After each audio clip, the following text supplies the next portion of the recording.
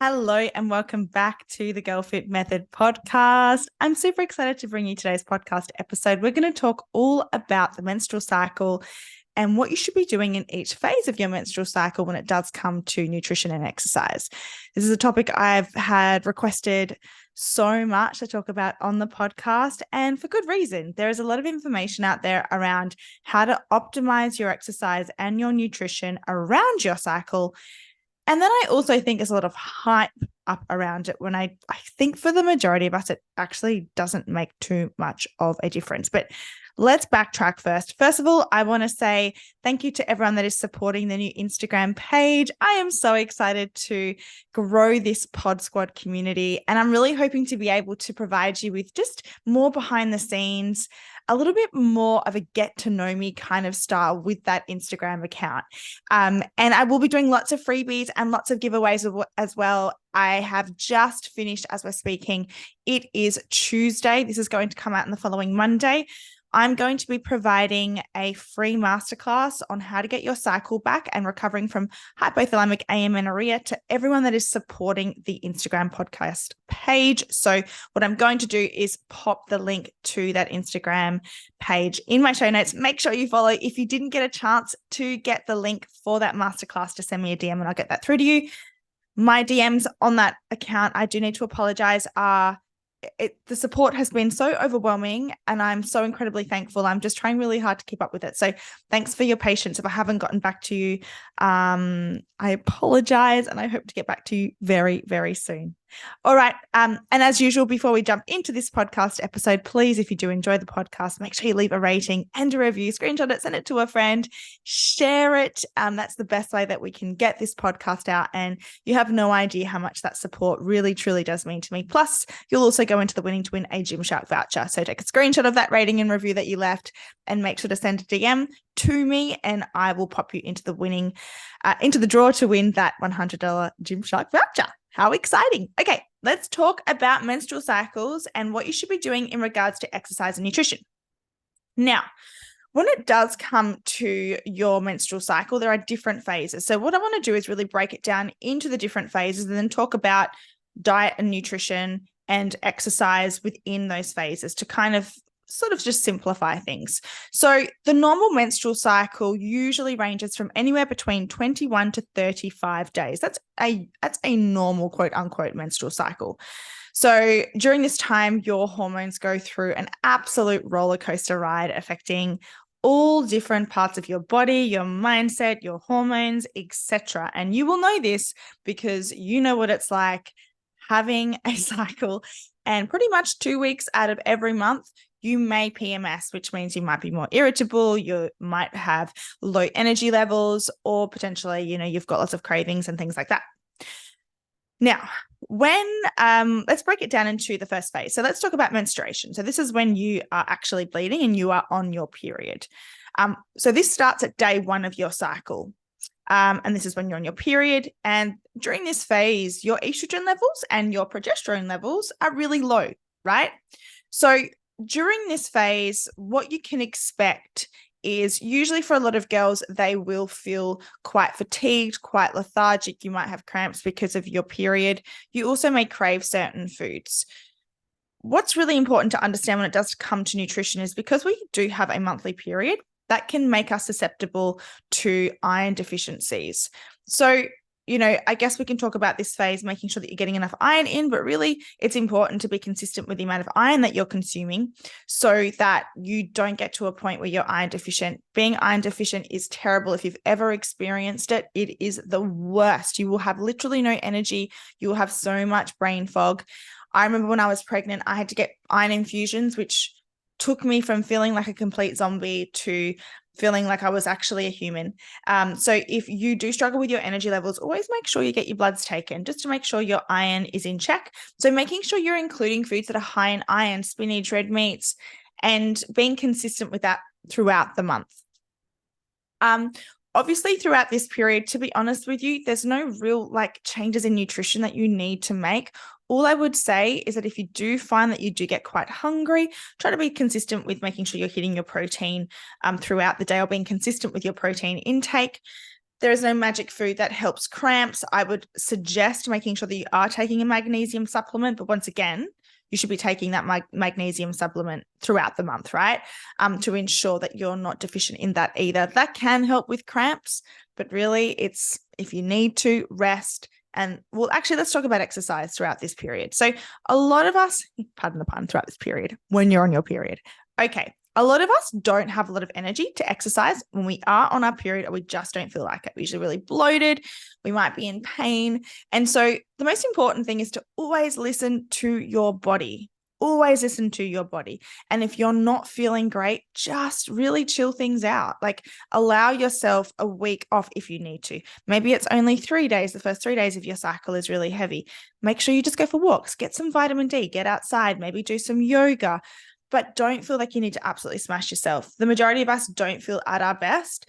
And so just listening to your body is the way to go. Now, there is no like, don't do this exercise, but make sure you do this exercise throughout this phase. It's purely just really going to come down to you as the individual and listening to your body. All right, let's talk about phase number 2. So this is the follicular phase, and this is usually from day 16 to day 14. So we're moving on now to the phase where our estrogen levels start to climb. So they're starting to increase, which is absolutely going to give you a boost in energy. This is when you're starting to feel probably the best you will in a month. Now, throughout this phase, we might have more energy to exercise. When it does come to nutrition, at this point, we're not usually feeling like we're craving certain foods, right? So we're feeling pretty good. We're like on top of the world. Energy's great. If we can be, once again, consistent with our protein intake, making sure that we are really utilizing this time to smash out our workout. So making sure you're getting a good amount of carbohydrates in as well to help you with your energy levels, as well as helping you with your workouts. Let's talk about exercise throughout this phase. So this is essentially when you are at your strongest. So if you're wanting to hit some kind of a milestone when it does come to your strength training, this is the time to do it. This is when biologically, so hormonally, you are going to be absolutely at your best, and you should be feeling your best as well. Really, at this point, we're good. We are all gravy, baby. There is, once again, no special food that you should be consuming. There is really no strict rules with exercise. And I'm going to expand on this towards the end of the podcast with my own personal opinion on this. However, this is when we want to really lean into lifting as heavily as we possibly can, if that's what you're wanting to do. Okay, so now we are on to phase 3, which is our ovulatory phase. So this is day 15 to 17. This is when our estrogen once again peaks, and also testosterone does play a role here. So once again, we're going to be feeling really strong. We're going to have loads of energy. And because this is when our body essentially releases an egg for us to be able to have a baby and to fall pregnant, we generally feel quite confident. We might feel more social. And also there's going to be an increase in our sex drive as well. When it comes to nutrition throughout this phase, it can be really helpful to focus on zinc-rich food. So zinc is known to really regulate your immune system and your mood. So during this phase where your mood's feeling really good, social interactions are also really great. Zinc can help to kind of, I guess, sustain this and to support you in this. Once again, there's not really going to be like you have a food that is rich in zinc, which is usually more so your legumes and your nuts, and then straight away, like you're going to find a boost in your mood. But these are all really essential minerals and micronutrients that can be really helpful, throughout the month, right? And once again, I'm going to touch on, I know I keep alluding to it, but towards the end of the podcast episode, I'm going to touch on my personal thoughts around all of this. Okay. So, all right, we've ovulated, beautiful, release the egg, happy days. You're either pregnant, you're not pregnant. Now we are moving into phase 4, which is really hell. This is the phase that we all hate, and this is the luteal phase. Sorry to be a bit of a downer, but let's be honest. So we're talking about days 18 to 28. So this is essentially when we are feeling at our worst. This is when we are finding that PMS symptoms are going to kick in. So our estrogen and our progesterone levels start to decline if you're not pregnant anyway. So they'll start to decline. And what this is going to do is kind of make you feel pretty average. So you might feel down, you might have bad body image days. And what it can also do is increase our appetite. So this is where we feel really ravenous and we just feel like eating a lot of food. We sometimes can feel like eating foods that are very calorie dense purely because it can be a bit of a combination between obviously having a higher appetite, but then also just not having, not feeling great, right? So sometimes when we are feeling not at our best, we can tend to emotionally eat. And then we usually go for foods that are comfort foods. Now, throughout this time, it's probably the most important time to make sure that you're having consistent protein throughout the day, purely because that's really going to help with, making you feel satiated essentially and helping you balance out your blood sugar levels. So you're not leaving, yourself to the point where it's hitting like 3, 4 p.m. You've hardly eaten or you've hardly gotten your protein in, and then you just start to crave those sugary foods. Now, there is research to show that foods that are rich in vitamin B and omega-3s can also really help here. Now, they can help with cravings to a degree. You guys have probably seen those Instagram posts where people will be like, if you crave chocolate, eat this. If you crave like soda, drink this instead. I personally think that's garbage because that doesn't really work like that, right? If you are having a really well-balanced diet, it's also very normal to still crave foods, and that's completely okay. What we want to do here is learn how to manage that. So how do we manage our cravings? Throughout this period, sometimes what we do with our girls is that if they find their appetite increases substantially throughout this time, we'll get them to even sometimes bank calories so that the week before their cycle, they've kind of got more calories to play with, so that if they are hungry, then that's completely fine. Some girls will find that as they get their period, their appetite decreases, and it's kind of wild what happens. And we listen to our body, how things just kind of level out. So I wouldn't be too stressed about the fact that if you do feel more hungry, just to allow yourself to eat a bit more. This can be difficult, however, if you are in a calorie deficit. This is where planning ahead is really important. Making sure that you are allowing yourself to include foods that you do enjoy or crave throughout this time, but in normal, portioned amounts, right? So think about how many calories you have or what your calorie target is regarding depending on what your goal is, and then think, okay, how can I implement some of this into my diet at the moment so that I'm not feeling like I'm completely depriving myself and then feeling like I need to go and eat a huge amount of something, when if I had just allowed myself to have it in a small portion each day, I would have been okay. So there's some little tactics there you can use. You can like leave some calories for that week before your period if you are in a calorie deficit. Otherwise, I just really make sure that I'm hitting my protein. Plan your meals ahead of time so you're not allowing massive amounts of time to be dragged out between meals, because all that's going to do is once you do eat, you're just going to go for whatever is easiest, and you're probably going to overeat, right? So try and be as consistent with eating throughout the day. Let's talk about exercise throughout this time. So exercise, once again, our energy levels drop and also our motivation really drops here too. Now, what I would recommend is once again listening to your body. And this is where, I'm probably going to be a bit controversial. Okay, here we go. I think eating for your period and exercising for your period for the majority of people is dumb. It is dumb. And let me explain why. If you are not an athlete, if your job is not your body or performance, then the changes, honestly, hormonally, absolutely, there are changes in our cycle and they vary from they vary from phase to phase, right? That is a thing, absolutely. However, do I think that completely changing your diet, completely changing your training program to suit whatever phase you're in is going to be beneficial for you? Not really, to be honest. What I would say is I think we overcomplicate things and we think that, this is the reason I'm not progressing, or I really need to make sure that I'm implementing this in this phase, that I'm supporting my cycle. Honestly, it doesn't really work unless you're like wanting to get like 0.5% better in whatever it is that you're doing, which would be probably someone that is an athlete, then absolutely you'd want to take that into account.